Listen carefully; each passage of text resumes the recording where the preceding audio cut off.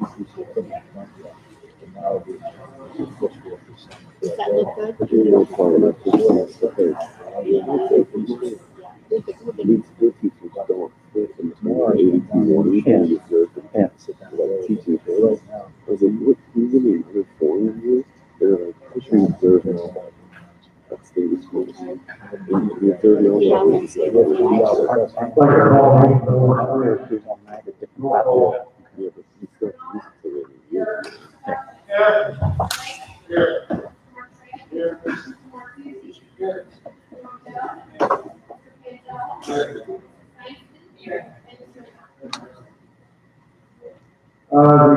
flag is on the wall. You stand for a moment, sign, button.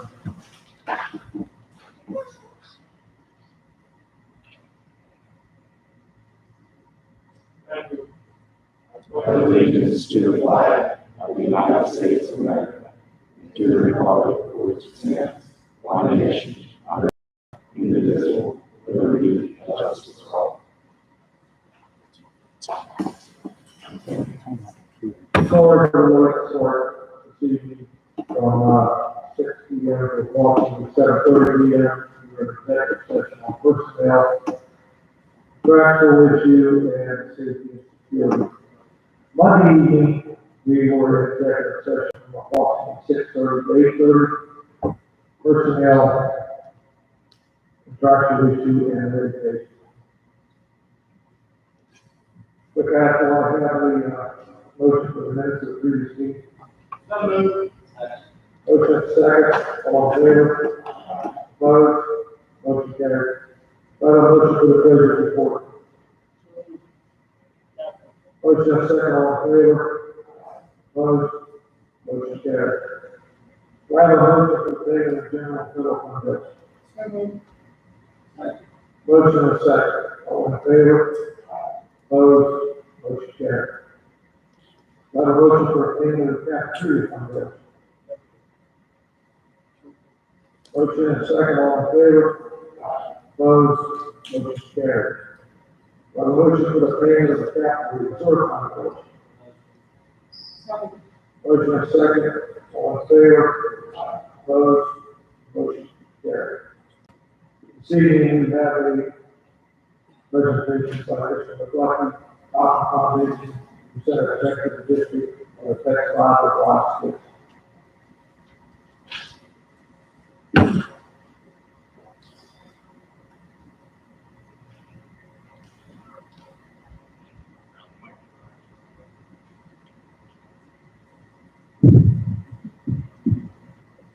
On behalf of the district, Mr. Ryan and I accept the center donation from the Cotton Foundation on behalf of Southfield Family Trust in the name of $5,000. We've endeavored to use this money from the Cotton Foundation to support a motion that you'll see later in the agenda on in the federal program to buy and purchase engineering equipment in the name of robotics. And I appreciate this, and it's very welcome to welcome. And without these funds, we couldn't do some of the things we do here. I just want to make one brief comment. Cotton Foundation is giving a donation to the school district, but the donation actually came from Scottsdale Family Trust, part of the Mid-Pennsylvania banking system. And through the years, no one helped the Cotton Foundation as much as Scottsdale Bank has done.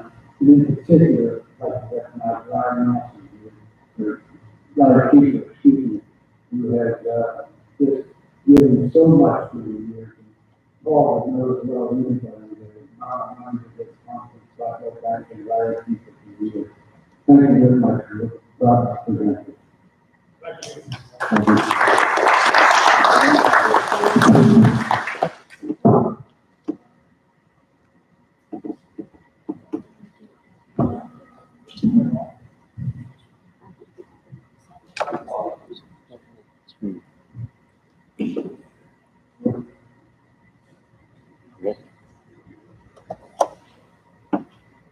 Now we'll move to some presentation by our business manager, Mr. Knapp.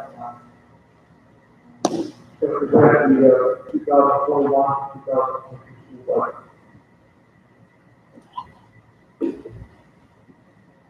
Just kidding.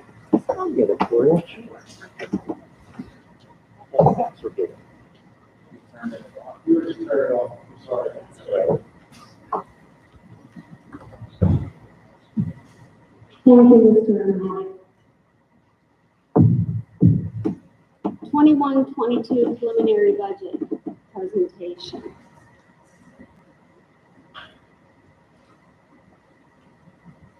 Last year, when I was preparing the budget, we were just shut down due to COVID.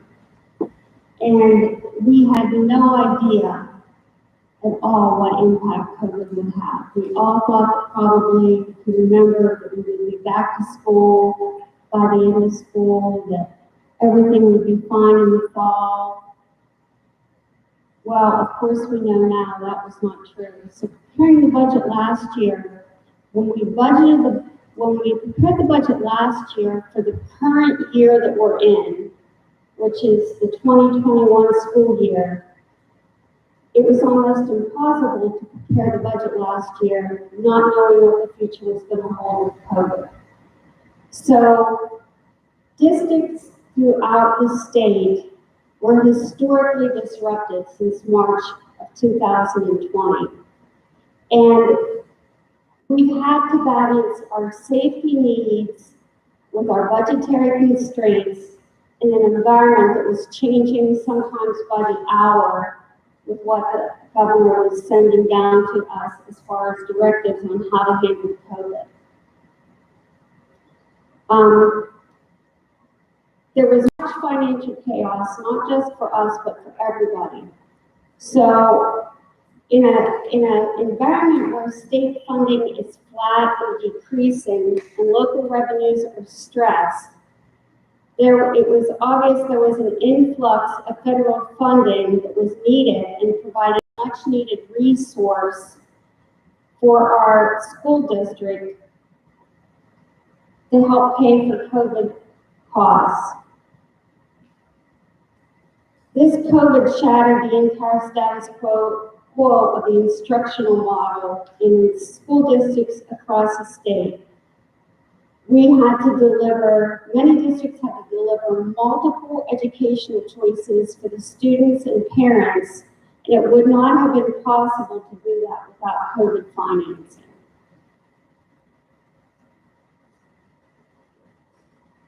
Due to COVID, we believe, and Pasco believes, that the landscape of education might never be the same and is going to be changing from now into the future. This could mean many things like an increase in online programs, a hybrid model, staffing shortages exist within the state. There aren't enough employees to fill the needs. That's due to rigid state certification requirements. There aren't a pool of available applicants for some jobs in some categories, and substitute teachers are almost non-existent in some areas. So in the future, there may be, I'm not saying there will be, I'm saying there may be a hybrid method of educational delivery that everyone's going to have to balance with cost. Many districts struggled with technology. We were on top of the game. We were already pretty much one-to-one Chromebooks with our students, which was fantastic. We were one of the few school districts that didn't have to deal with that as much. The problem was with spotty internet connection, which made it difficult. So even though we had technology, the students at home and maybe some teachers and employees did not have the internet connections available to help use it. So that was an ongoing struggle. Operations, cleaning, food service. It was totally disrupted across the board. The money we had to spend on buying sanitizing equipment, sanitizing wipes, sprays, making sure that it was safe for our students, the hours and time spent cleaning the schools was incredible. One thing we have to be careful of is COVID money for our school district. From this year and 3 more years out, for 4 years, we are going to be receiving close to $25 million. That's a lot of federal money. We've never received federal money like that.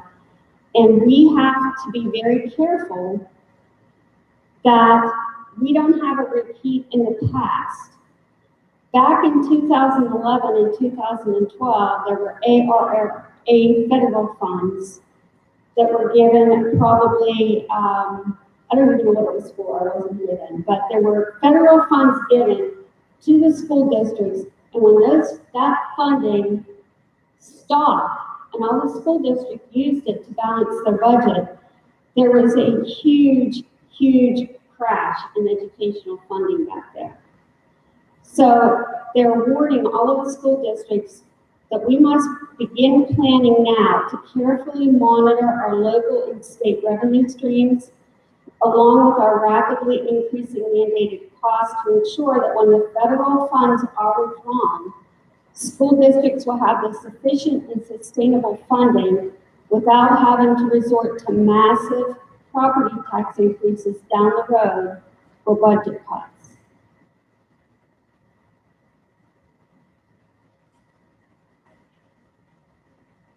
For the 21-22 school years, there's still reopening challenges. Although we think it's opening up, it's not over. And this is just saying that they've surveyed all the school districts across the state. And in the educational climate, 92% of school districts said that increased use of remote learning materials for students and parents will still probably have to take place to some extent. They may have to reassign teaching staff to new roles and to address additional instructional models. 84% believe there could be a significant increase in online programming offered. There's probably going to be an increased mix of in-home, in-school, and after-school offerings for education, so it's not going to automatically change next year.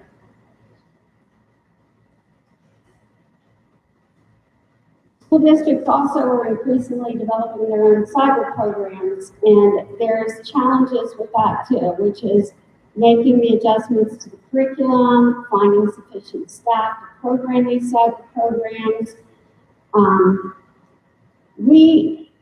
One of the challenges a lot of school districts face is the time to procure the technology to deliver these cyber programs. But again, I'd like to say we are pretty well financially.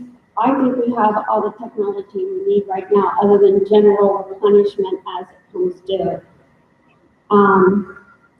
There's still concern with student and staff internet access, and getting parents and students to log on and actually do the work if they have to go to an online model. There are three main costs that are mandated by the state of Pennsylvania that we have to fund, and we can't change it. Number one is special education costs and children's IEPs with No Child Left Behind, and all the costs associated with special education. If something's in the child's IEP, it has to be funded. Now that there are online charter schools, an increasing problem is taking students away from local school districts, and these charter tuition school costs are going crazy. And we're trying to, we have all the school districts have sent resolutions trying to get them to look at a different method of funding charter school tuition, because it's just draining money away from the local school districts and not helping at all. And the third mandated cost is pension costs for staff.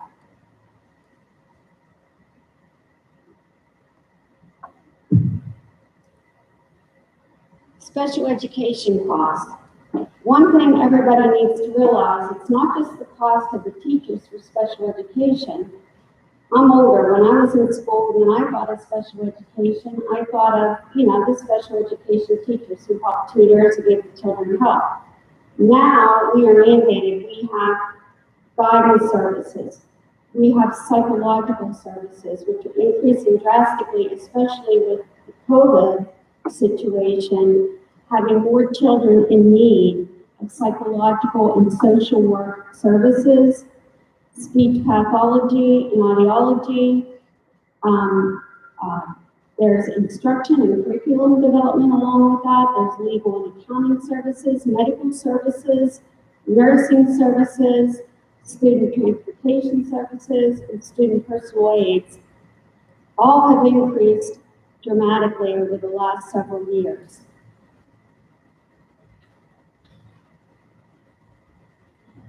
This is a chart over the last 5 years of how our special education costs have increased. In 17-18, it was 9.3 million, going up to 10.1 million, 11.1 million, 11.3 million that we have budgeted for this year.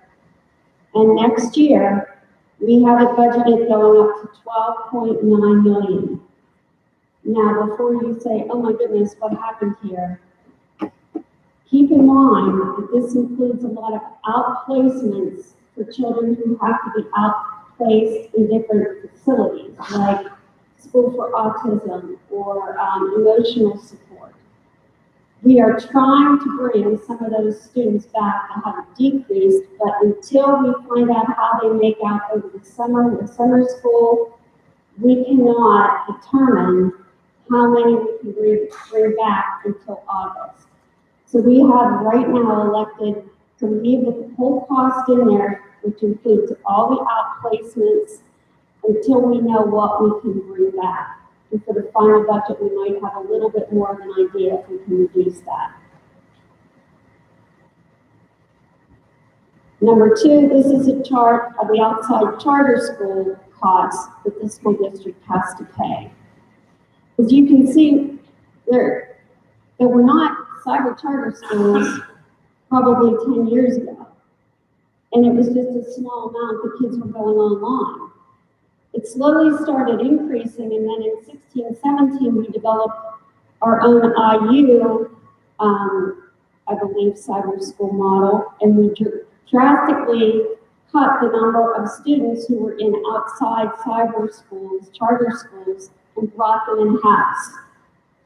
We were continuing to try to do that into our own Falcon Online Learning Academy, and then in 1920, and you can see when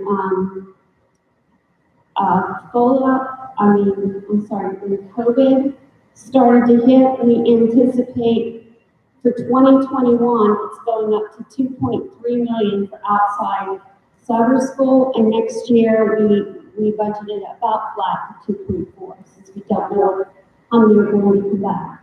But hopefully, those students will be able to come back, and our staff will be calling all the students who are in charter schools that are not in our district to show them what we can do here in the school district with our charter school, if that's what they want, or preferably bring them back to an in-person model of education. Those are just the unknowns we have, because we don't know what peers are going to do or what's going to happen with COVID over the next few months. Pension costs. The PSERS pension costs are going up, not a lot, but they're going up again next year. And in the next 7 years, they continue to go up, and that's as long as the state has issued tables to see how much it'll go up. This is a chart that shows about, I'm not sure, 20 years worth of pension rates. And you can see just even 10 years ago, it wasn't that big. Back in 12-13, it was 12%. It's now next year going to be 35.62%. And in 5 years, it's going up to 38%. And just 1% on salaries of 30 million is $3 million. So you can see what that relates in dollars and cents when you increase that PSERS contribution. 10 years ago, it was only 6.4%, and again, it's now up to 34.95. Crazy. Transportation, as gas prices go up and wages for bus drivers, and it's hard to get bus drivers. Transportation, our reimbursement from the state for that is being level funded again. And so, we don't anticipate any increases, even though they know we need it. And this was as of last year, and I couldn't find any updated for this year, but there's, an intentional underfunding of about $100 million by the state that they have not made up to the school districts for transportation costs.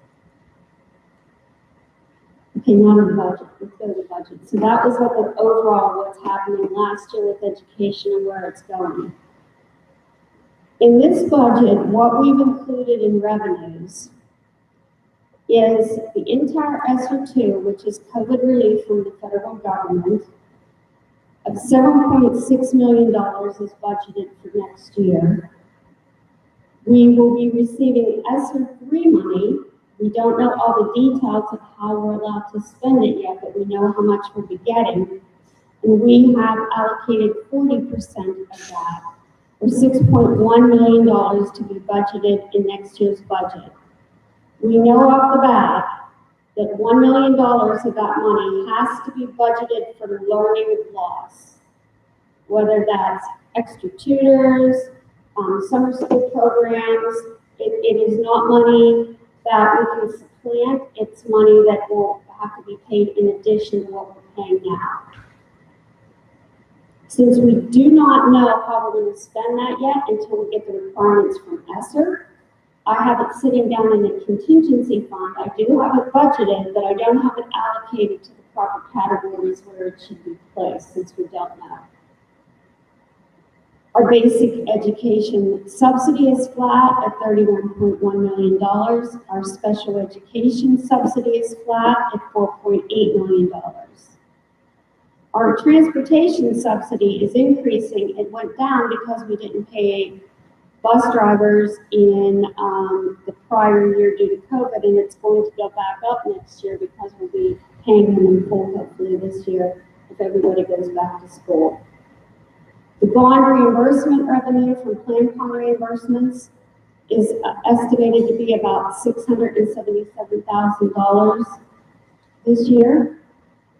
Our Title I, Title II, and Title IV revenue is budgeted down about $93,000 from last year. The GEARS 2 funding, which relates to our Career Center, is budgeted at around $75,000.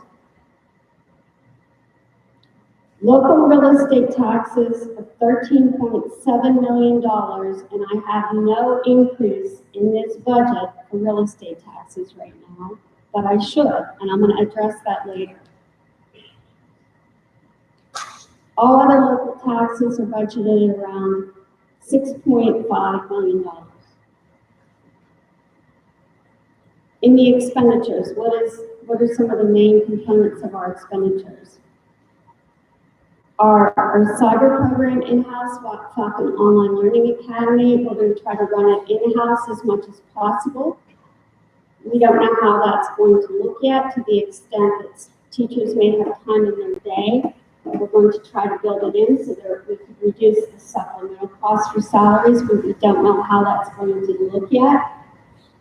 And in the meantime, we have scheduled the supplementals the same as last year, but we have much room to reduce that for next year. But I've included it in to make this a very conservative look estimate.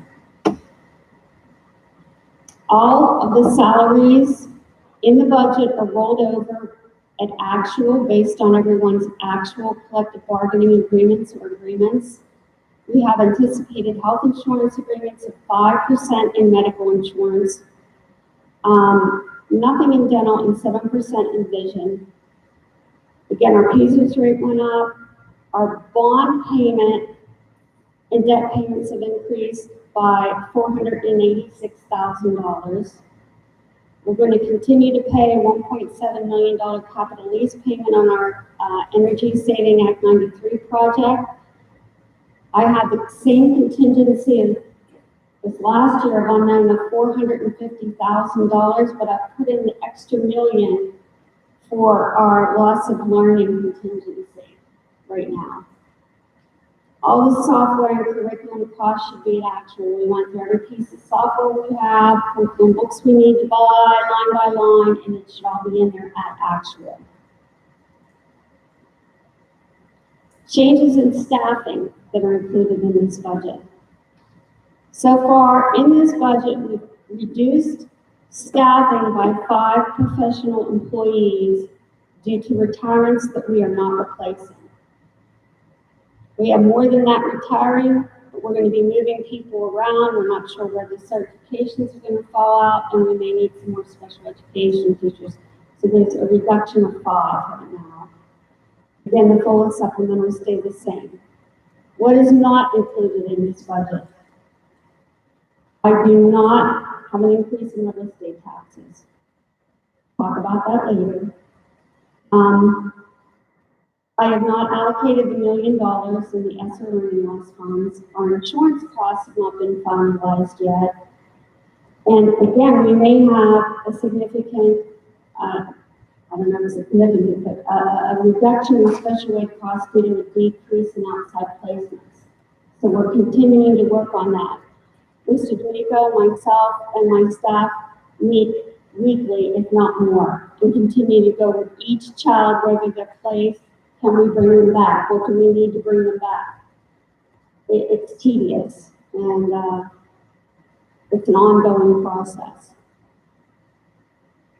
Okay, here's what it looks like. For the 21-22 school year budget, we have revenues of $87,624,071 and expenditures of $81.8 million. For a surplus of $5.7 million, $5.8 million. Now on the surface, this looks really great, okay? But it's not so great because we have COVID revenue of about $13 million in this budget to balance the budget.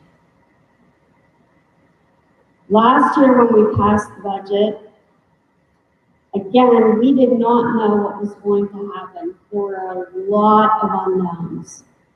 Should we budget for schools opening? Should we budget for schools closing? There was a budget passed with expenditures over revenues of a negative $2 million, and that was balanced by using our fund balance. That was for this current year that we're in now, that will end in June. We hope that that will not happen and it will be at least break even.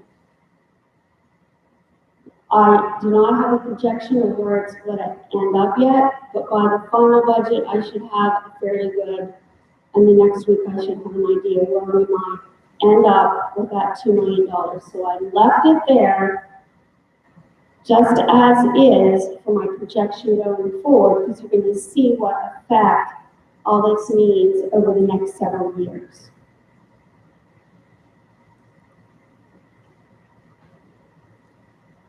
Out of the $87.6 million in revenues, you can see the breakdown between local, state, federal, and other.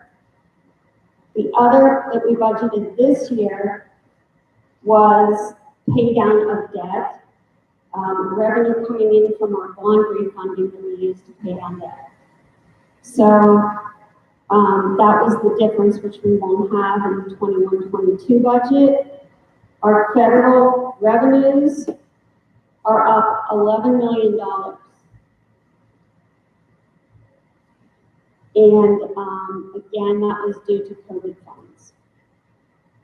The local increase of 8.25% increase was due to the fact we were being conservative when we budgeted revenues for the 2021 budget, and we thought our real estate tax collections may be down. People were out of work. People could not go to work because of COVID. We thought that our earned income taxes would be down. So we budgeted down last year, We're seeing that that may not be the case. In fact, I think real estate taxes actually, the collection rate went up because of the stimulus money people used to pay their real estate taxes, even more than they normally do. So we're hoping that for how we end up this year, our revenues are going to be up. Again, I like to budget very conservative. I don't want there to be a surprise at the end of any year that we budgeted for $2 million worth of revenue and we had a $3 million loss. It's not how it works. We try to be conservative in accounting. So for the local taxes for next year, the reason the increase is, again, is we brought it up to where it typically is in a normal year for, with a little bit of extra, because there is some growth of people moving into Connellsville, some businesses that have property tax assessment that have gone up. So that is just, the change in that is just pretty much organic growth from property taxes and wage rates going up. It's not from an increase in property taxes or anything like that. This is a chart which will show you that if you look at it, you can see that 77% of our budget is federal and state dollars. And federal is going to be significantly decreased in the next few years. You'll see that in another slide coming on.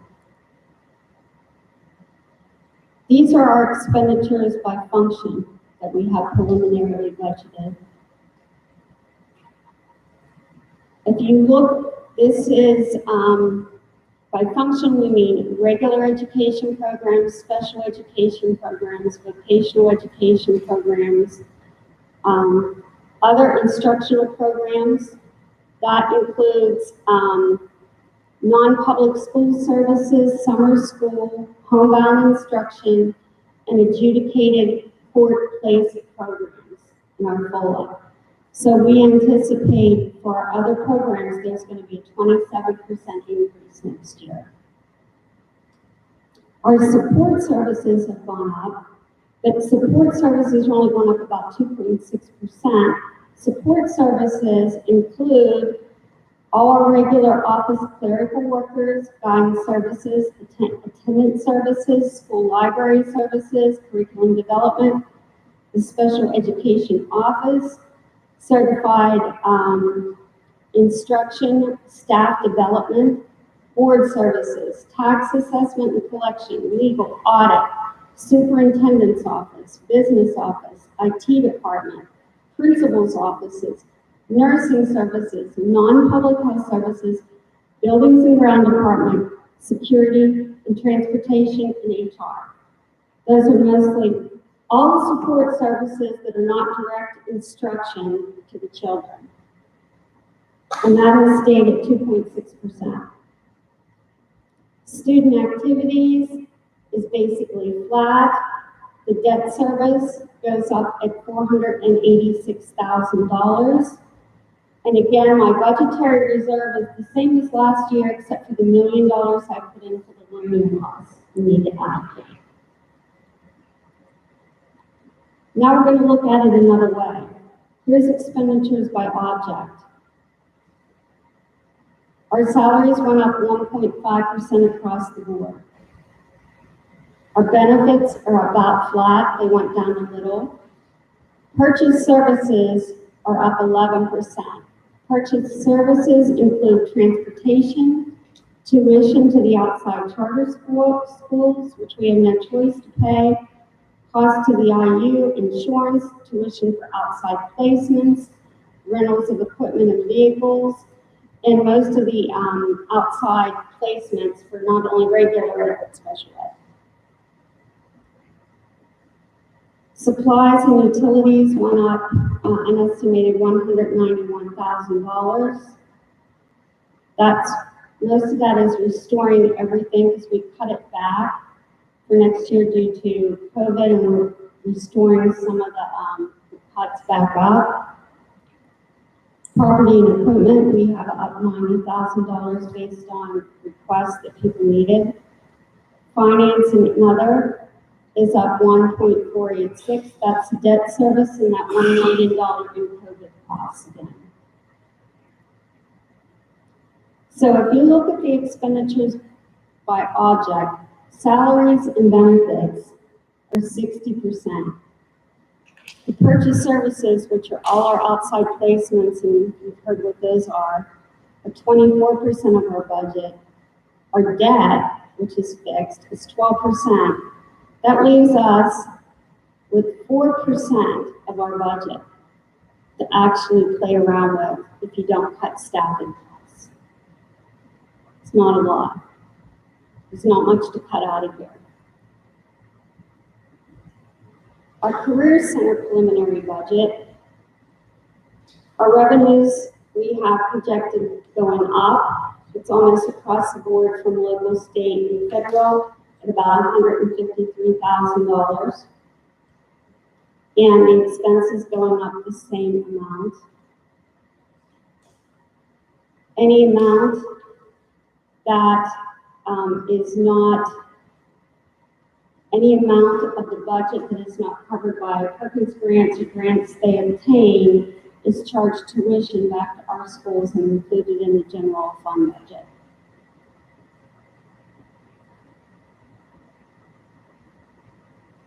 Okay. This is the most important slide we're going to look at today. Okay. And what this is looking at a budget of the year we're in right now, where I'm projecting it next year and 3 years out. The first line is the revenue, and you can see the second line is when I take out the COVID revenue, which is about $24.7 million over 4 years, close to $25 million. So if we would not have had the COVID revenue, you can see our revenue is flat. And it's flat because we're not increasing local taxes, the state's not giving us more money, and the title is pretty much flat. So if our revenues are flat,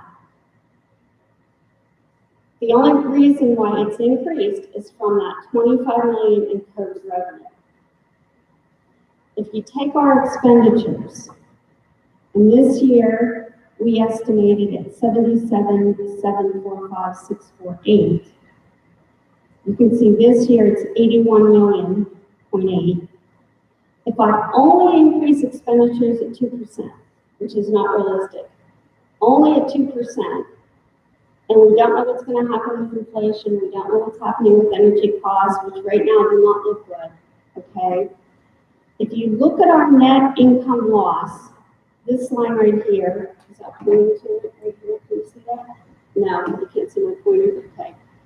If you look at the net income or loss with COVID relief, we budgeted $2.5 million excess of expenditures over revenue for this year we're in. Hopefully that won't happen, okay? But I had to put it on here until we know. This year, oh, great. $5.8 million to the good. However, if you have taken out the $13.8 million of COVID expenses we put in this budget, it's close to an $8 million loss for this year.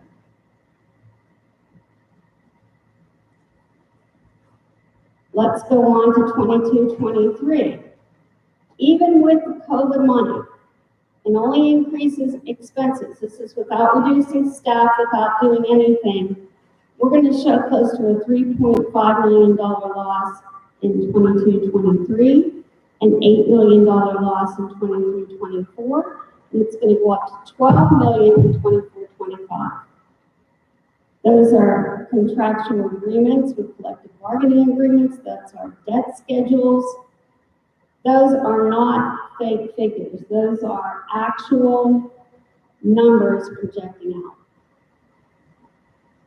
If we wouldn't have had the COVID relief, it would have gone from a loss of 4.3 million to 8.8, 9.5, 11.2, to almost $13 million 4 years after now. Now, I know it was in the paper where it said for the last 3 years we said we should raise taxes, okay? And I'll show you another chart, but it's now to the point that we're not going to be able to raise enough income taxes to handle this. So there's going to be some tough decisions that are going to have to be made. If you look at the bottom part of this where it says effect on fund balance, we have $6,044,000 of our fund balance, which is unassigned, which means we're allowed to spend it. We have another approximately $2 million we're not allowed to spend. They're legally restricted for certain reasons. So we only have $6 million. If we end up with a $2 million loss, again, I hope we don't, the amount we'll have going into this fiscal year, July 1st, will be a $3.5 million unassigned fund balance. When we make our money, it's going to go up $5.8 million. And wow, it looks great. We're back up to $9.3 million again. But as we start losing money in 2 years from now, in 23-24, we will not be able to make payroll. It will be, we will not be able to pay any expenses without totally wiping out all our cash, unless we make some changes.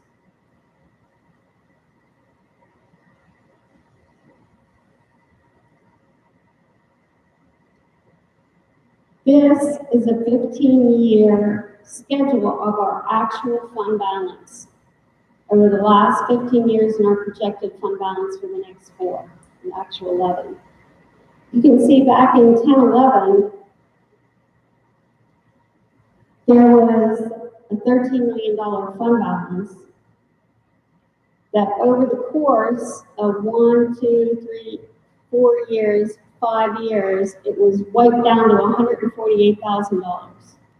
It was about when they couldn't make payroll, they had to close buildings, had to do a number of things at that point. It shot back up due to Plan Con reimbursements for projects. And at that point is when we did the energy project, which created some legal restrictions on some of our cash. So that's why you see the red line is the amount we are allowed to spend. The blue line is our actual fund balance that we have, but we can't spend that additional $2 million. So let me go back. So you can see we're going to start falling off of a cliff pretty soon, and we need to prepare for that now. What caused this? Well, what caused it is a number of decisions from all the boards for all the years. You can't put your finger on one thing, and there's no sense in pointing fingers at anybody or anything. You hear things like, we should have closed the school sooner. I agree with that. We should have closed the school sooner, but we didn't.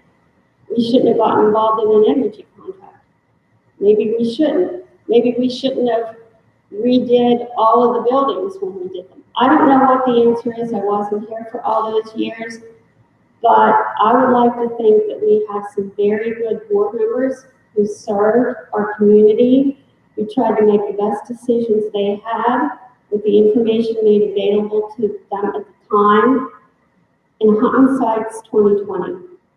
You can always go back and try to point, but hindsight is 2020. So there's no point in it. And this is just the teacher's contract, for example. And this is not, that's only half our employees. So there's all kinds of bargaining agreements. I just picked one. But if you look at the contract that was negotiated back then, the new money, the cumulative new money that was in that contract was $5.3 million.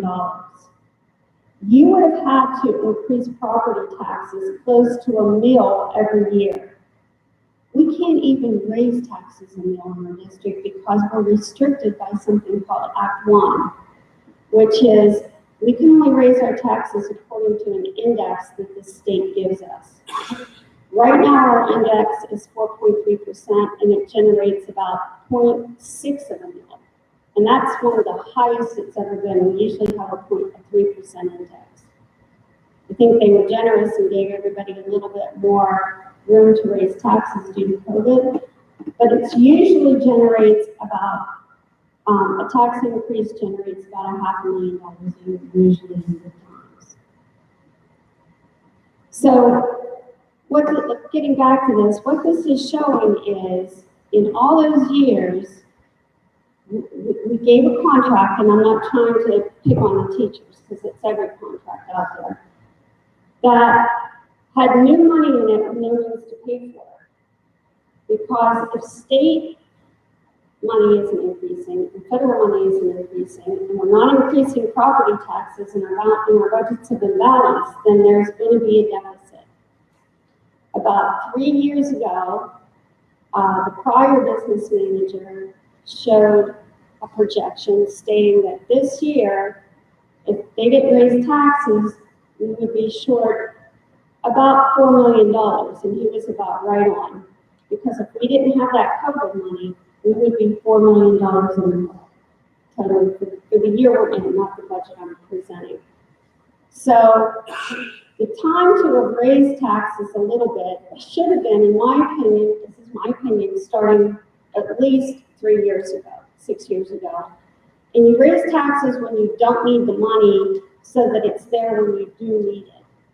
So it wasn't raised. It doesn't matter, because that's what we're dealing with right now, and we're going to have to come up with ways to come up with some money to fund that. In the meantime, our student population is decreasing, which is another reason why we're not getting increases in state funding, because it's based on our population, on factors. So with a student population that's on the decline, it goes to prove we're not going to get much state money, because they base it on amount per pupil. This right here is an 11-year tax rate chart of Fayette County, some schools in Fayette County. And what this is showing is for 21-22, we don't know what any of these school districts are going to do with their real estate tax rate. But this is a history, and if you look at the pink, that is when that school district raised taxes. Okay, if you look at us, remember I showed you that one where we had almost no money in 1450, and they had to close all the schools and lay people off and all that? Okay, that happened when you raised taxes back in those years to try to get it, but it hasn't been raised since. We've only raised taxes 2 times in 11 years. Albert Gallatin, a small district, the same thing. Brownsville has raised it 4 times, and they've also decreased it twice. That's a little unique. Fraser has increased their tax rate 8 times, Laurel Highlands 4, and Uniontown 3. We right now are still the lowest rate in Fayette County. If you average the other school districts, they're at 17.7 mills, and we're at 14.2 mills. So we still have the lowest tax rate. And we've had it for quite some time. You'd have to go back to, for example, to 2012-13, and Fraser was still higher than us back then, of what we are right now. What can we do? Well, what have we done to try to stop everything? Well, we have been doing. The boards have been working really hard trying to cut costs. I mean, we have done things. This is a chart from 13-14 compared to the budget next year, and it's showing the number of employees that we have.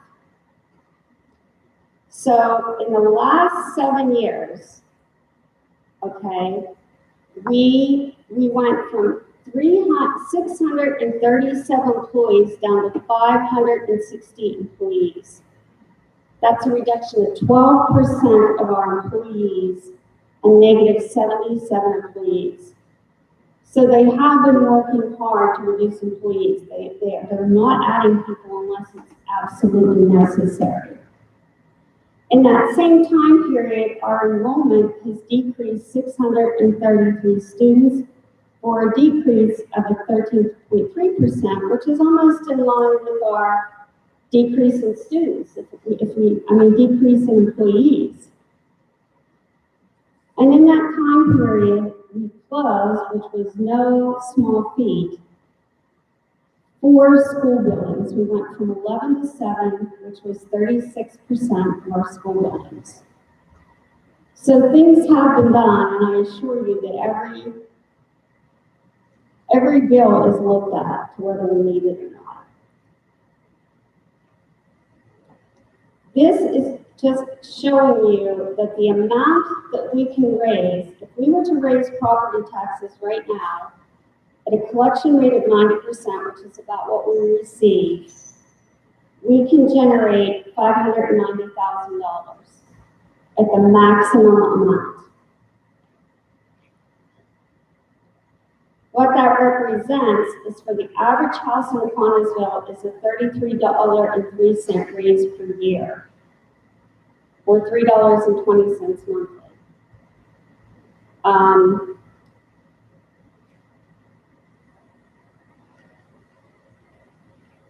For a $100,000 house, obviously it's 61.27%, going all the way up to a $200,000 house. If you would raise taxes to the max of the index, it's $122.54 a year, which is $10.21 a month increase, which is about what you pay for a meal at lunch now at McDonald's, because the cost has gone up so much.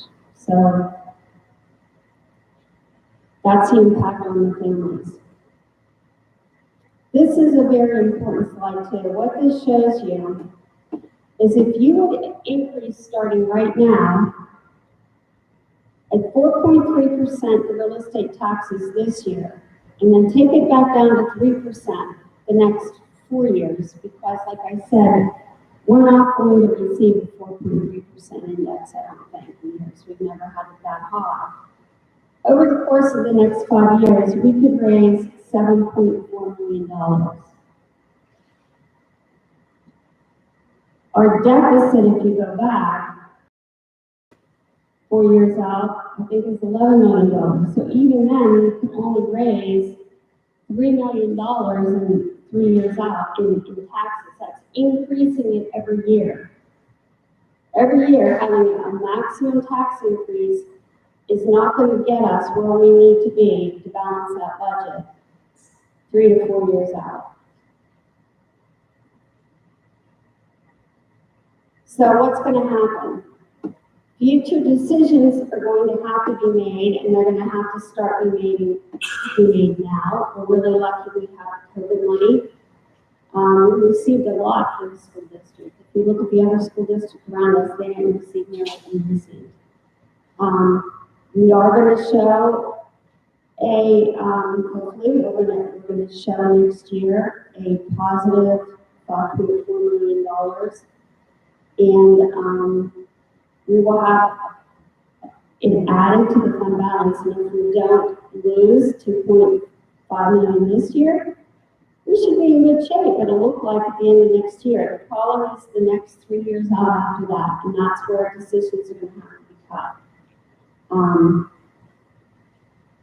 You're going to have to consider raising property taxes. Again, in my opinion, they should have been raised slowly, starting about 3 years ago to help make up for the shortfall. Even with increasing property taxes right now to the max, there's no way to make up for the large deficits in the future without some, drastic changes beginning soon. These changes that will have to be considered include cutting staff and or increasing classroom size. We've tried to do this through attrition, but there'll probably have to be furloughs in the future if we can't control costs. We may have to eliminate programs, classes that do not have a large number of students, including CTC programs. We may have to eliminate some student activities and athletics. We may have to go down to a 3 or 4 day model to reduce transportation costs and go online 3 days. You know, there's a number of things we may have to do. Mr. James and myself and Ms. Little have talked about potential new career center programs that might reflect if we have to reduce something, hopefully we will not, that might reflect more current career trends, maybe something like a vet tech program. I'm just throwing that out there. I'm not suggesting it, but we're going to look at everything we can. There is some talk of there might be a way to get the Department of Education to license our career center as a approved community college. And what that means is they would be able to receive federal financial aid for their students, and our students could leave here with a 2-year associate's degree. There is a career center in the middle of the state that is doing it right now.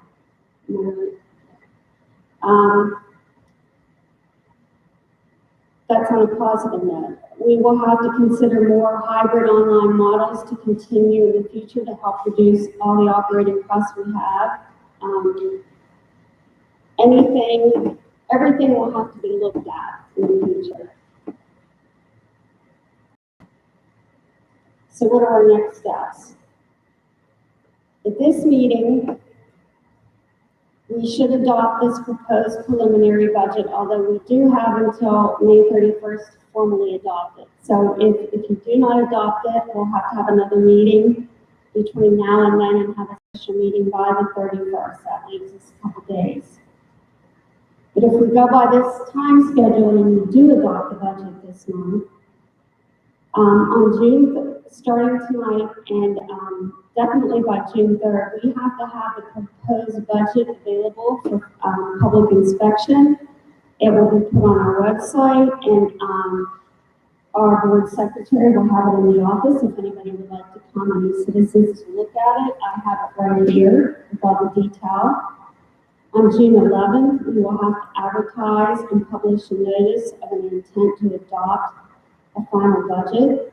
We have to do that by law 10 days before adoption. On June 14th, I scheduled a budget workshop for all of the board members. This is a public meeting for discussions on what we are going to put in the final budget. And then at our regular next board meeting on June 23rd, we would adopt a resolution to approve the final budget and the homestead farmstead exclusion resolution and the annual tax levy resolution on whether or not we're going to raise taxes. That June 23rd is not a drop dead date. That's if we follow the schedule. We have until June 30th to adopt a budget. So if we can't reach an agreement by the time of the board meeting on the 21st, we have until the 30th to have more meetings and have a special meeting on the 30th. And that's all I have. Any questions?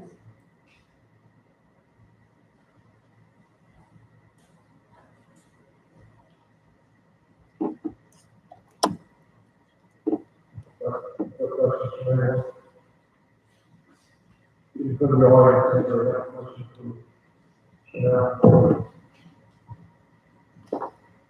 Yeah.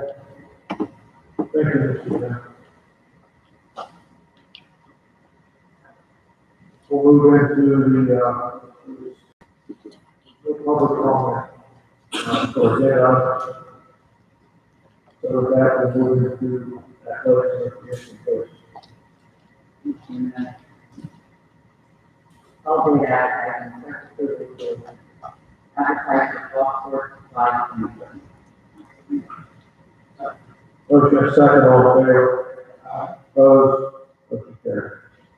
Under supplement, request approval of the following 21-22 mile supplemental contract contingent upon receipt of a signed contract narrated in 1 month as insurance, included editing, contingency on that. First action as prepared. all in favor? Opposed? Motion carries. And also, approval of the following 21-22 annual supplemental contract contingent upon receipt of signed contract and related to 1 month after joint, including the proceeds of the contingency upon Motion second, all in favor? Opposed? Motion carries. supplemental resignation. Approval of supplemental resignation of Jake Price, assistant girls officer, effective immediately. Motion second, all in favor? Opposed? Motion carries. Volunteer credit, request approval of J.C. Evans as volunteer girls basketball credit. Motion second, all in favor? Opposed? Motion carries. And that's last Monday on Thursday, May 13th. Mr. Blake? Mr. Evans? All right. Thank you. Move to go to Johnson. Thank you. Item 12A. Request the approval of the following event and building use request, subject to adherence to the district's health and safety plan and all applicable state and federal laws and orders, including any mandatory or recommended cancellation, rescheduling, or postponement, and on the condition that requesters provide an event or use specific health and safety plan acceptable to the district. Any rescheduling or postponement shall be in the sole discretion of the district and under such terms and conditions that may be set forth by the district.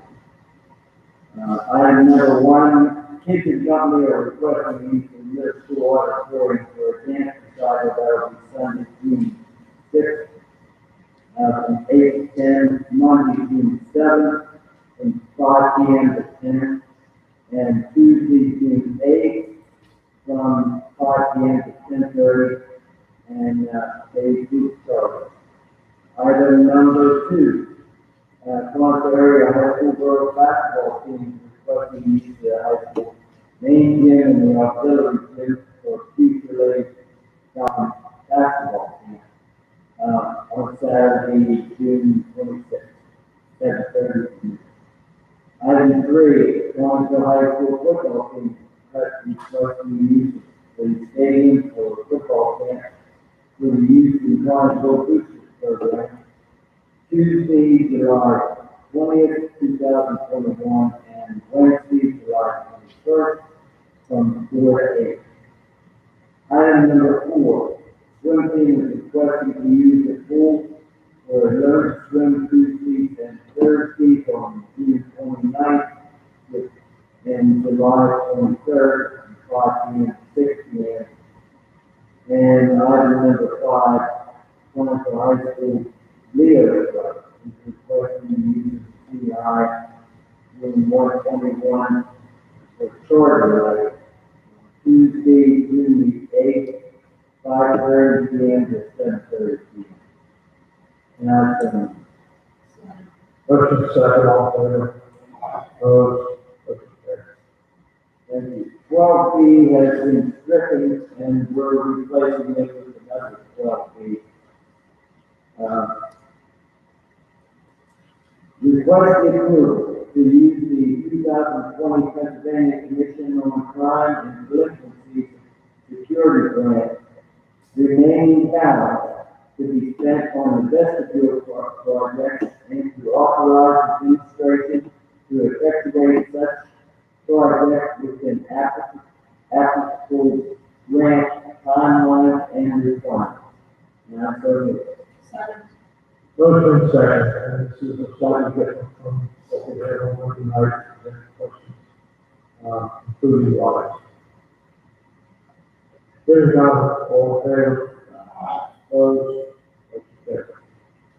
Item 12C, request the approval to award the bid to the middle school and Concord Township paving project to Dairy Construction Company Incorporated from Lake Shore, PA, in the amount of $223,692.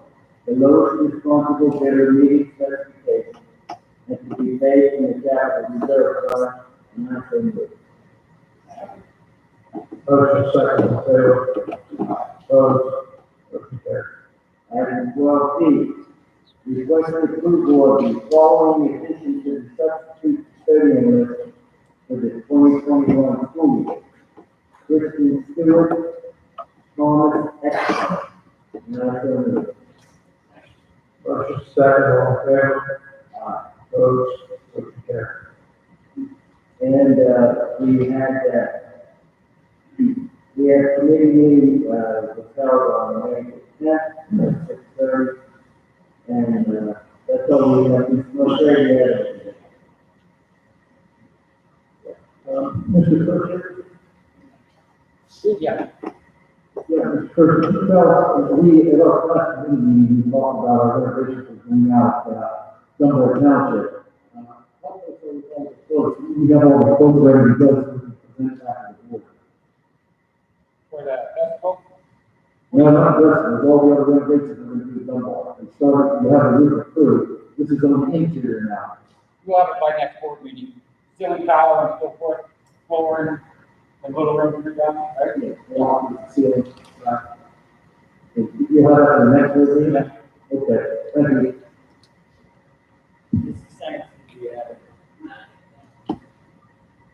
That's all we have. Thank you. Moving to party, to library. Thank you, Mr. Mayor. I have nothing, Mr. Ronaldo, you have any? Mr. Lake? Stand up. Yeah, nothing. Thank you. All very clear. Sir, Matt, request approval of the shop supplies and equipment at a cost of $86,993.97 for the 2021-2022 school year, and I so move. Motion second, all in favor? Opposed? Motion carried. Mr. Martinez, you have anything there? Mr. Mondell? Mr. Jennings? Thank you, sir. Go ahead, Mr. Matt, thank you. Thank you. Curriculum, Mr. Miller. Mr. Mayor. Request approval of memorandum of understanding between the Providence Council Westmore Fair Incorporated and Concord School District operated pre-K program at Springfield Clifford and Clicks Elementary School beginning August 1, 2021 and ending June 30, 2022.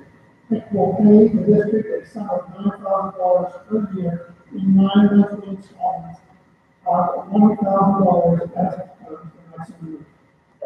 Motion second, all in favor? Opposed? Motion carried. Request approval to purchase Newton Whitman Art Order into Math Series grades K through 5 at a cost of $433,858.54 for a 6-year period as proposed. I so move.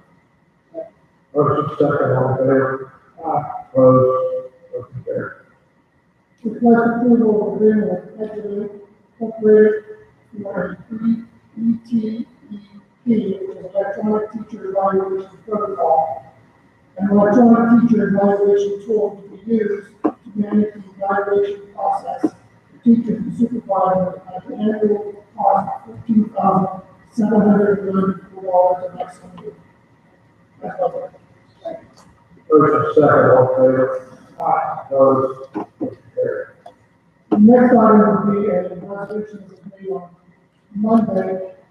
On Monday, I did not read the rationale, I'd like to do that now.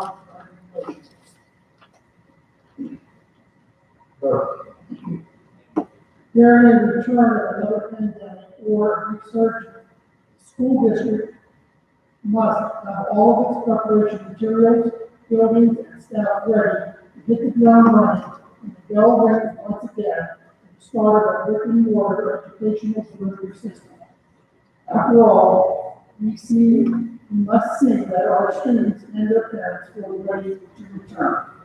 The motion is, motion that the Connellsville Area School District begin the necessary preparation to return to a 5-day in-person instruction in the fall of 2021 of instruction, superintendent of schools to replace the school board directors in a public meeting in June and July on that subject. Motion is second, all in favor? Aye. Opposed? Motion carries. We had a committee meeting, which was held on May 17th, 6 o'clock, moratorium. It's not.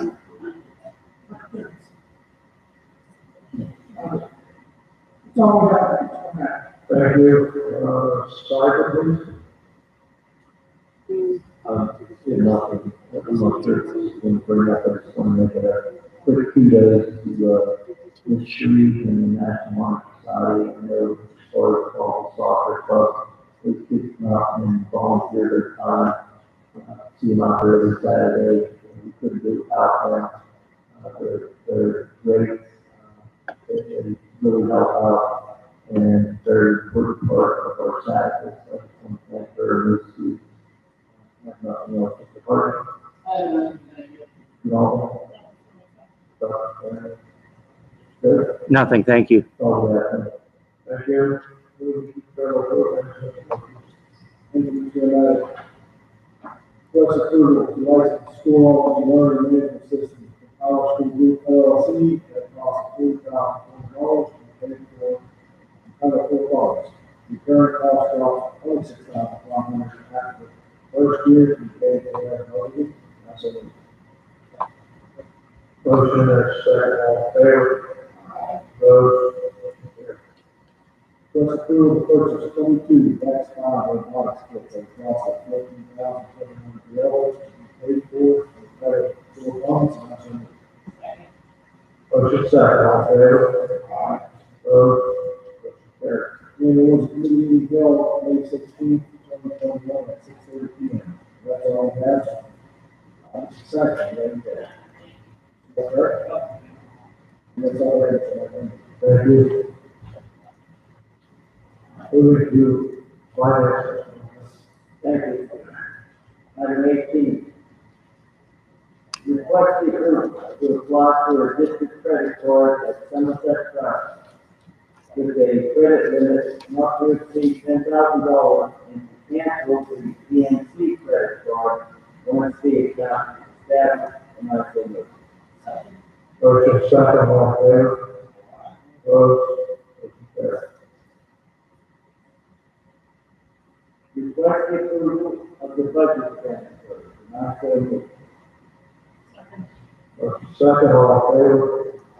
Opposed? Motion carries. Item 18C, request the approval of the resolution of the 2021 preliminary proposed budget in the amount of $81,856,548 for the Concord area school district and $4,548,867 for the Concord area career and technical center. And I'm going to move. Motion and second. All in favor? Opposed? Motion carries. You want to do this resolution? No, just start on this. Go to 18B. Request approval to accept the following donations to student scholarships. The Great Neck Run Scholarship Award to students Reagan Daly in the amount of $2,229.16 in our favor. Motion second, all in favor? Opposed? Motion carries. And, we had a committee meeting held on May 12th, 2021. Mr. Brunel, do you have anything to add? Mr. Brunel. Yes, one thing, we are going to have a budget workshop for the final budget discussion on June 14th at 6 p.m. If most of you can make it, if you can't, please just call me or email me and we'll change the time and date. Where are you going to put that?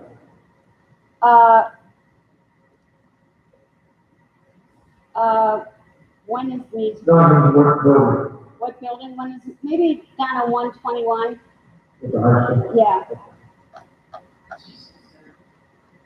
I can make it 6:30. Do you want it 6:30? I said 6, but I can make it 6:30.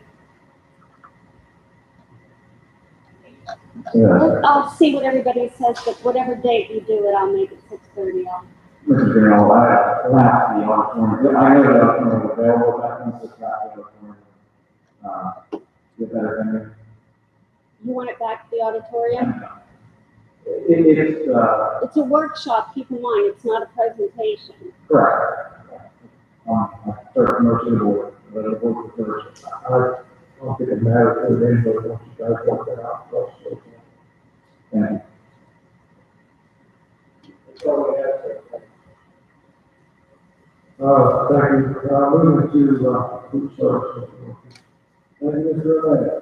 Motion made, summer food service. First approval of the 2021 summer food service. Postal Township Elementary School, Brentford and Fritz Elementary School, and West Scott Elementary School. That's it. Second question. You have a second, any other question?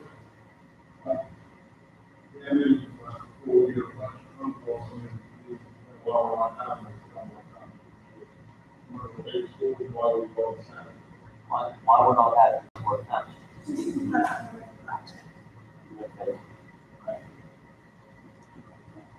The reason, the reason is because of the roof project out there, correct? Be a lot of activities. Okay, thank you. Thank you. What would be the date of these begin and when will it end? It starts June 28th and it ends July 31st. June 28th, July 31st. Sorry. Why, some certain things now open and kids can get out, families can get out, and I don't know, why can you not have that? We actually can, but as of July 31st, it's all supposed to be curbside. After that, we're going to look at restrictions, they write their non-competitive. The way a summer food program is set up right now with the waivers, it's still all non-competitive. So that's the only reason, because of the federal coverage. What's everything else up on the 31st? Could be about 70, like, They could. see each other and. Yes, they could waive, they could, release the waiver, then you could have, legal back in the competence. You would do that? Yes, I mean, that's what people would prefer, yes, we could. If you, Sure. Any further questions? All in favor? Opposed? Motion carried. Request approval to increase summer food workers hourly wage as follows. Site supervisor rate, 11.50 to 11.70, and site worker rate, 9.70 to 9.30, 9.70. Motion second, I don't believe it's going on the meeting. Any questions from the board members or the public? Hearing none, all in favor? Opposed? Motion carried. And that's all we have, stand up. Mr. Motion? Mr. Benson? No, thank you. So much. Thank you. Personnel review creation, Mr. Walker. Thank you, Mr. Mayor. Under retirement, because of approval, accept the retirement of the middle school teacher effective the end of 2021 school year. Mr. Lewis? Motion second, all in favor? Opposed?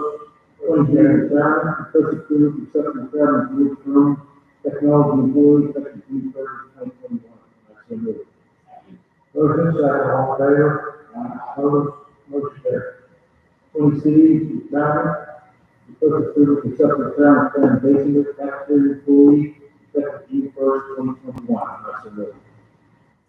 Motion second, new item. Any questions from the board or public? Hearing none, all in favor? Opposed? Motion carried. Item 20D, job description, request approval for job description for technology support specialist, student devices, and proposed position. This position is intended to replace the computer technical specialist position. And that's the move. Motion second, all in favor? Opposed? Motion carried. 20E, hiring payroll and data specialist. First approval to hire Susan Horrocks as payroll and data specialist at a salary of $43,591. That's 9%, $48,135. In accordance with the public and rules policy, effective June 14th, 2021. That's the move. Second. Motion second. I believe Mr. Vaughn. Recommend. All in favor? Opposed? Motion carried. Second. Park section. From the next heading, request approval for current contract with following professional employees based upon completion of 3-year satisfactory service with the Palm Area School District, Stephanie Burke and Karen Dow. So moved. Motion second, all in favor? Opposed? Motion carried. 20G, intermittent unpaid leave, request approval for Sergeant Bentley, aid to take intermittent unpaid leave of absence beginning May 12, 2021, for the remainder of the 2021 school year. That's the move. Motion second, all in favor? Opposed? Motion carried. 28, intermittent leave, request approval for Samantha Hunt, aid to take intermittent unpaid days as needed for the remainder of the 2021 school year. That's the move. Motion second, all in favor? Opposed? Motion carries. 29, leave, request approved for Shannon Beatty, aid to take intermittent unpaid days as needed for the remainder of the 2021 school year. That's the move. Motion second, all in favor? Opposed? Motion carries. 20J, intermittent leave, request approved for Diana Butts, aid to take intermittent unpaid days as needed for the remainder of the 2021 school year. That's the move. Motion second, all in favor? Opposed? Motion carried. 20K, intermittent leave, request approved for Deborah Premier, teacher to take intermittent unpaid days as needed for the remainder of the 2021 school year. That's the move. Motion second, all in favor? Opposed? Motion carried. Annual renewal agreement, request approval of the employment agreement between Palmville Area School District and Colonel Eric A. Sheets as junior and JROTC Army instructor for 205 work days, effective July 1st, 2021 to June 30th, 2022, with a salary to be established by the United States Army and benefits equal to the Palmville Area Education Association membership. And that's the move. Motion second, all in favor? Opposed? Motion carried. 20M, annual renewal agreement, request approval of the employment agreement between Palmville Area School District and Chief Joseph A. Coulier as JROTC Army instructor for 220 work days, effective July 1st, 2021 to June 30th, 2022, with a salary to be established by the United States Army and benefits equal to the Palmville Area Education Association membership. That's the move. Motion second, all in favor? Opposed? Motion carried. I think that's all we have, Mr. Mayor. I'd like to thank the veterans this year for all the years of service, and wish them a very well deserved opportunity every time. Mr. I have something on that page, mentioned by him, she's 98. Page 7 is your letter 20 said. Yeah. No offense intended, thank you. Yeah, no offense. Good on, give it there. Justin, Lord, we send out a letter of thank you for your service and I'd like to continue that if it's responsible. Mr. Morgan.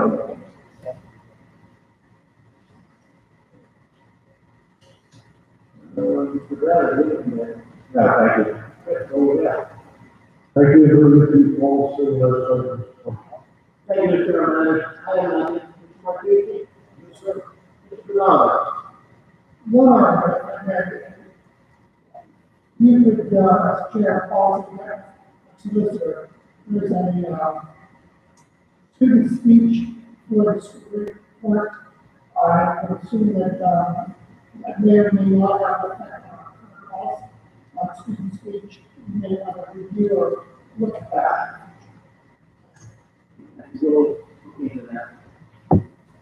Mr. Brown. Nothing, thank you very much. That's all we have, thank you. Thank you, citizens support. Thank you, Mr. Mayor. Just one item, add on from, Monday evening, first approval for administration to engage with C2 tactical, tactical training for corporate social security and training for the amount not to exceed $12,600. That's a move. Motion second, new item, all one together, any questions from the board or public? Hearing none, all in favor? Opposed? Motion carried. Mr. Sampson, anything yet?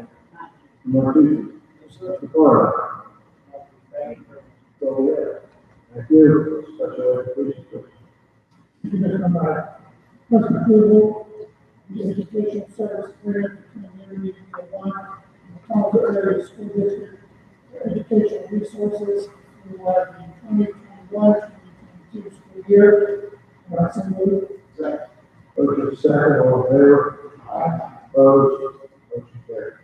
First approval of the amendment agreement between Chestnut Ridge Counseling Services Incorporated and Collinsville Area School District for classroom behavioral support specialists effective August 16th, 2021. So moved. Motion second, all in favor?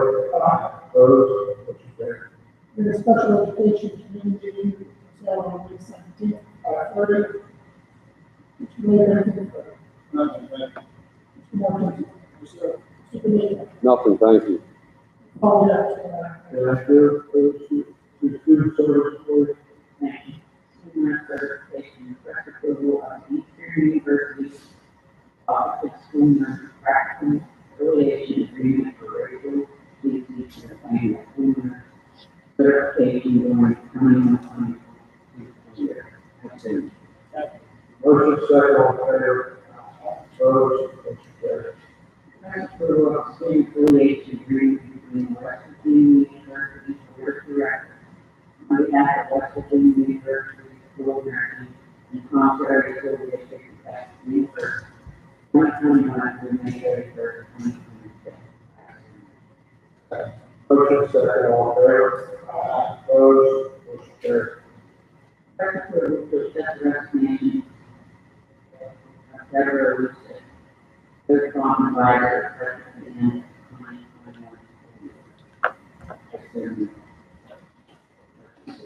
Motion second, this is an addition of the meeting. Any questions from anyone? Hearing none, all in favor? Opposed? Motion carried. That committee, Wednesday, and 20. Mr. Winfield. Mr. Lake. Mr. Domingo. Nothing, thank you. Thank you. Request approved to authorize the sale of surplus term books at a cost of $6 to graduating seniors until July 2nd, 2021. District staff until July 16th, 2021. And to individual members of the general public thereafter on a first-come, first-served basis. Individuals being eligible to purchase one term book per person. I so moved. Motion second, all in favor? Opposed? Motion carried. Next, request approval to purchase 850 term books from Dove Connection, a cost of $220,037.50 for the 21-22 school year, pending final budget approval. I so moved. Motion second, question. These Chromebooks are, I believe, our staff, Students, students, the 140 laptops, 25 students. the 25 cities staff. So my question would be, I jump in. Mr. Doe, on these ones, the Chromebooks, 850, and we just purchased 350 back in January. Where are we going to use all these? I'm a little confused, I don't have nothing to make you really make a good decision on this. But I want to go with this, you explain that, where they're going to end up. So, we refresh 3 grade levels every year. The average number of students in each grade is 350. So that 1,050 Chromebooks, we buy an additional 100 each year to allow for additional students moving into the district, and that number has been pretty close every year. Because of COVID and supply restraints, we ordered an additional 350 during the 2021 school year. And so those are still in supply right now. The 850 is the 1050 that we normally get, minus the 350 that we already have, and then we added an additional 50 to assist Mr. D'Amico, with some grant money that he had, to give, Speech and life skills. speech and life skills students devices. That includes the number six jobs, so get, how about the ones that advance, the ones that can't be spoken. There. That also includes as well. So the damage and repair devices, they do not get a brand new device. They get a good used device. Those are the ones that we do not sell. We go through and we strip any broken devices of their working parts. We pull their screen, we pull their keyboard. Those go onto a shelf. And then any that are in good working condition go onto another set of shelves. So if a student does not take good care of their device, they receive one from that shelf. If you'd like to come up, I've got a good system going on. I'd love to show you how it all works. Everything's color coded and cataloged. I'm saying, so you say, first, because they don't have enough memory, they can't take software now, or. So the reason, Yeah. So the reason that we refresh them, they're on a 4 to 5 year cycle, is Google, from the time they certify that Chromebook, they will guarantee that it will receive updates for 6 years. And so we're getting them onto a cycle that haven't quite reached the 30 level of that cycle. But that will ensure that our students are guaranteed access to compatible platforms. And I'll give you a prime example. Netflix will no longer run on the Chromebooks that we have in each classroom. So as websites progress, Google will only guarantee that those devices will work in a modern internet environment for up to 6 years. After that, they stop keeping up with it. So the devices that we're selling work, and they could work 20 years from now. It's just there's no guarantee that they would access a modern internet 20 years.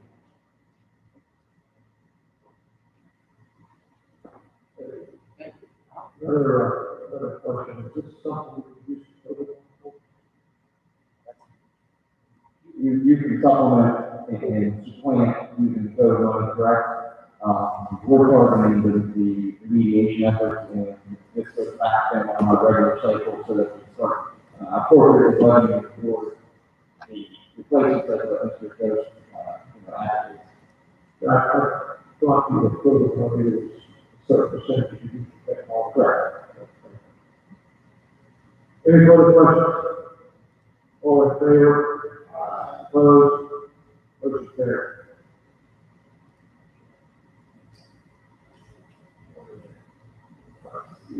Request to purchase commercial laptop computers, and it costs $97,860 for 21-22 school year, pending final budget approval. Rest of the year. Second. Motion is second. All in favor? Question, also, question? Yes. This says laptop purchases, the other one is Chromebook purchases, and the first motion, authorize the sale of Chromebooks to the groups that would sell them to, and I understand that. The 140 laptops, what will be happening to those, are they replaced at each grade? No, they're not replaced.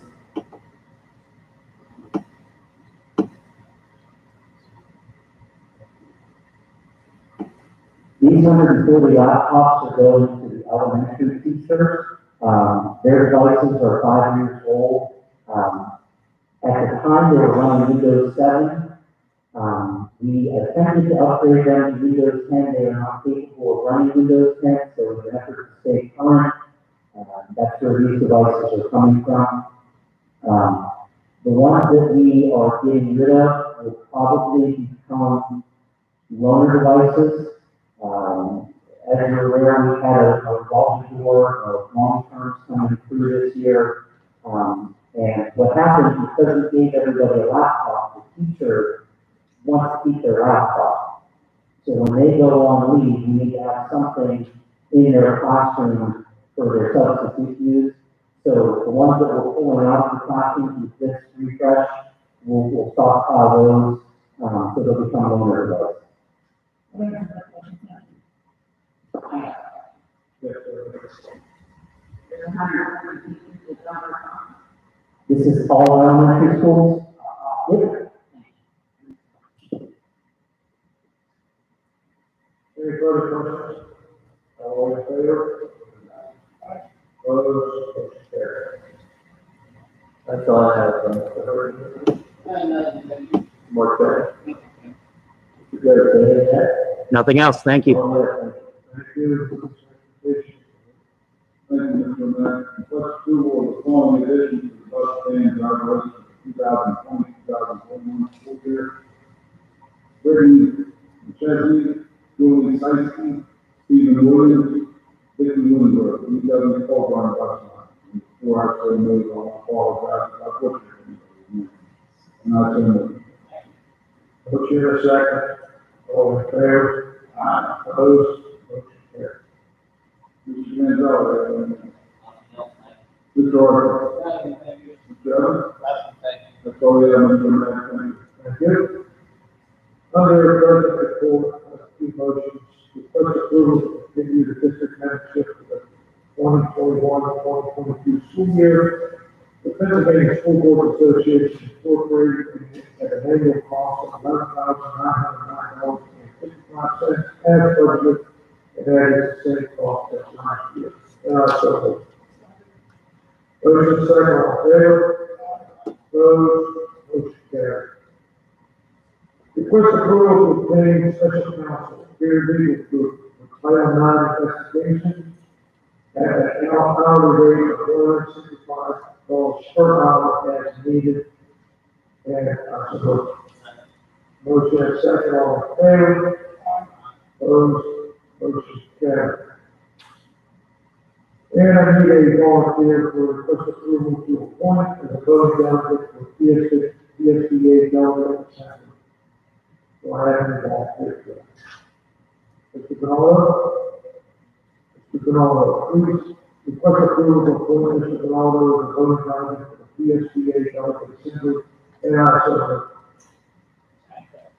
moved. Motion second, all in favor?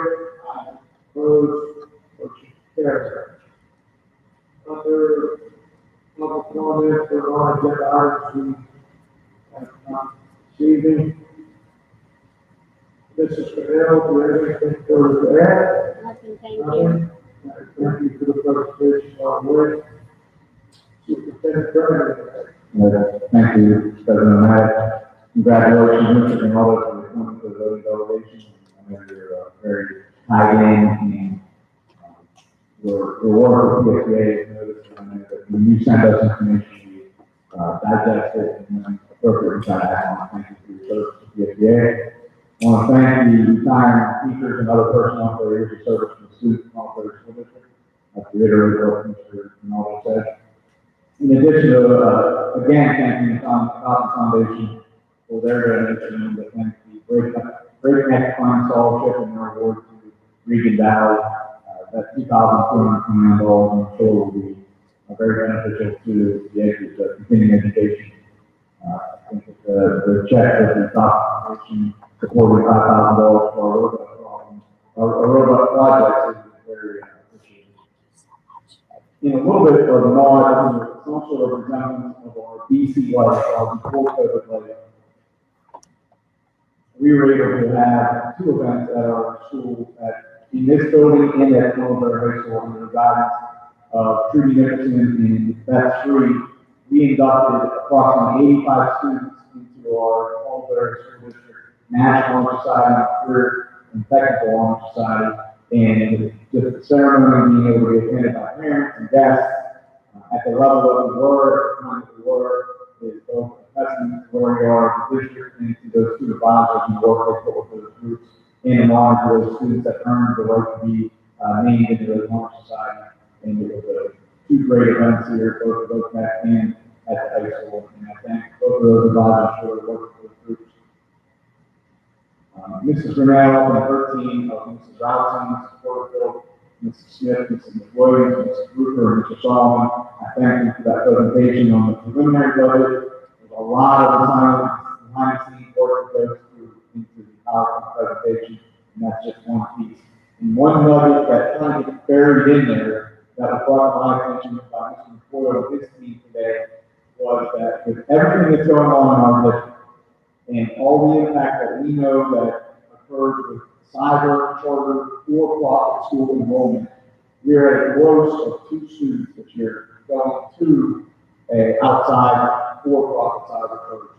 So that's a testament to Dr. Stern and Mrs. Shreve and their efforts and all the teachers that are involved in our full program. We're at a gross of 2. So we're still, I'm still going to ask Dr. Stern and Mrs. Shreve, the students that came back, gross of 2, so that's really a testament to the district. If we don't have 4, those numbers will be skyrocketing and impact financially and what we can do here long term so this will be impacted. And lastly, I think that's lastly for all my notes on which all the students that are involved in our musical under the guidance of Mrs. Harbaugh and everything that goes on for our high school musical footloose. The presentation of that musical will take place before our next school board meeting. We want to push that fast out, and I know it'll be a great show. And again, closer to that decent life that we all desire, that we'll go to. Thank you, Mr. Madden. Thank you for the service. Thank you, Mr. Barrett. We've got a couple of items there for informational purposes only, so a couple of trips. No questions on those. We'll have a motion to adjourn. Mr. Knight, I have a question. Oh, sure. The upcoming bid meeting, I noticed that we're having a STEM teacher replacement, and it's paid for the 6th. As soon as there was, the board approved the qualifications for that teacher at one time. Did you not see that in your notes or anywhere? I did not search the historical evolvement of how that position was evolved. We went off of the individual that vacated the position and what was needed based on our curriculum and our goals of that program. And she had no certification? STEM certification? That's not a certification, that's not the recognized certification. STEM is an endorsement, but not a certification. But to fulfill our project leeway, again, project leeway is one part of the curriculum. We want that person to have acknowledgement and knowledge of project leeway. They have their own individual training for project leeway, which is one piece of the system for our STEM program. So the person that's going to bid on this job has to have the project leeway certification? It's desirable, but not a requirement. We hope it's desirable to have at least a knowledge base of what project leeway is, but it's not a requirement. The requirement would be a willingness to be project leeway training, which is one piece of our STEM program. Yeah, I'd like to see the information on that the previous employee has with that. I'd like to see her qualification. Okay? And secondly, the business program, the high school. Understand, it's going to be cutting half a position out of it. I think the parents of the students, they're not going to be able to take the business class because they're cutting half a position out. I'd just like you to tell those people why we're cutting half a position out. And And I would urge them to contact you. And to fill in what's going on. Thank you. That's all I have. Thank you. Thank you. No further questions or items, we have a motion to adjourn. Thank you.